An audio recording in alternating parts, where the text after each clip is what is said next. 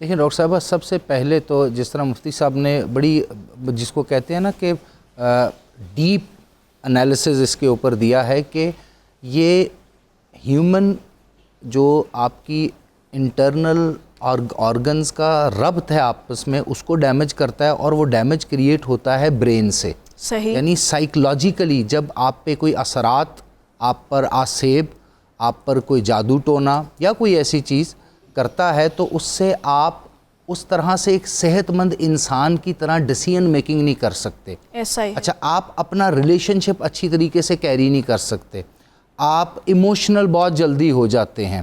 ہمارے ہاں سائیکالوجی میں جو شیزوفرینیا ہے، جو بائی پولر ڈس آرڈر ہے، یہ بیسیکلی آپ کی نفسیات کو ڈیمیج کرنے سے ہی ہوتا ہے.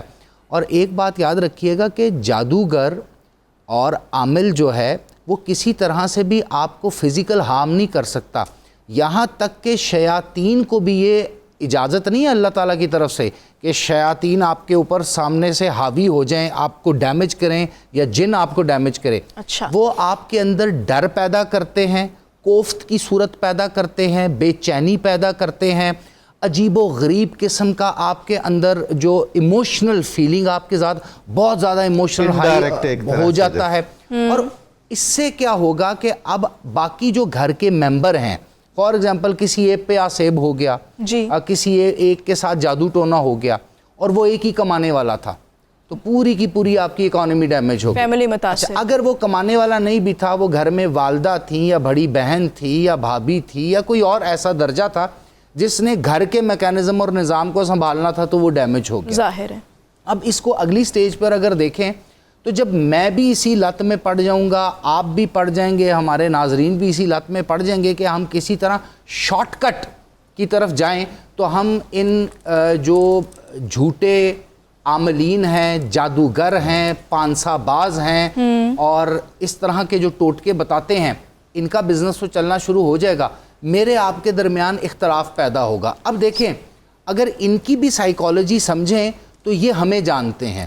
تو اگر آپ ان کی ایڈورٹیزمنٹ دیکھیں نا، چاہے فیس بک پہ ہو، چاہے یوٹیوب پہ ہو، چاہے کسی بھی جگہ واٹس ایپ پہ میسج آپ کو کوئی آ جائے، آج کل تو ہم جب چھوٹے بچپن میں ہوتے تھے تو یہ دیواروں پہ لکھا ہوتا تھا، محبوب آپ کے قدموں میں، اور بہت سی ایسی چیزیں ہوتی تھی. ٹھیک ہے، اب اس میں اور اب میں کیا ہے کہ اب وہ ڈائریکٹلی بتاتے ہیں کہ وہ کون سا ایک تو عمل کریں گے اور کس طرح وہ آپ کو اس کا فائدہ دیں گے. تو سب سے پہلے اگر آپ ان کے حالات جا کے دیکھیں، جن جگہوں پہ وہ بیٹھے ہوتے ہیں، جیسے کپڑے انہوں نے پہنے ہوتے ہیں، جو ان کی انداز گفتگو ہوتا ہے، جو ان کا اوور آل انوائرمنٹ ہوتا ہے، وہ آپ کے پیسوں پہ پل رہے ہوتے ہیں.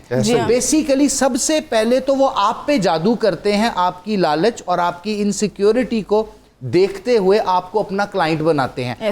جو اس طرح سے خود مفلوق الحال ہے، وہ کیا جادو کرے گا؟ وہ جادو بھی اس نے کیا کرنا ہے جی؟ میں آپ کو بتاؤں، پاکستان میں 70 سے 80% جادوگر بھی جادو نہیں کر سکتے. وہ میرے اور آپ کے سائیکلوجیکل ڈس آرڈر کا فائدہ اٹھاتے ہیں. تمہیں تمہاری نند نے کچھ کہہ دیا ہوگا، تمہاری بھابھی نے کچھ کہہ دیا ہوگا، تمہارا بھائی یہ نہیں چاہتا کہ تم گرو کرو، تمہارے والدین اس سے زیادہ پیار کرتے ہیں. یہ آپس میں وہ پورے کا جو کہ وہ آپ سے تھوڑی سی ہسٹری لیتا ہے نا، کہاں سے آئے ہیں کیا، پھر 3-4 باتیں وہ خود کر دیتا ہے. تو میرا اپنا جو انڈرسٹینڈنگ ہے، پاکستان میں کم سے کم، انڈیا میں قبالہ یا باقی اس طرح کی کچھ چیزیں ہو سکتی ہیں، یہاں پر 70% فراڈیے بیٹھے ہیں، وہ جعلی سے بھی جعلی عاملین. بہت دلچسپ ہے یہ.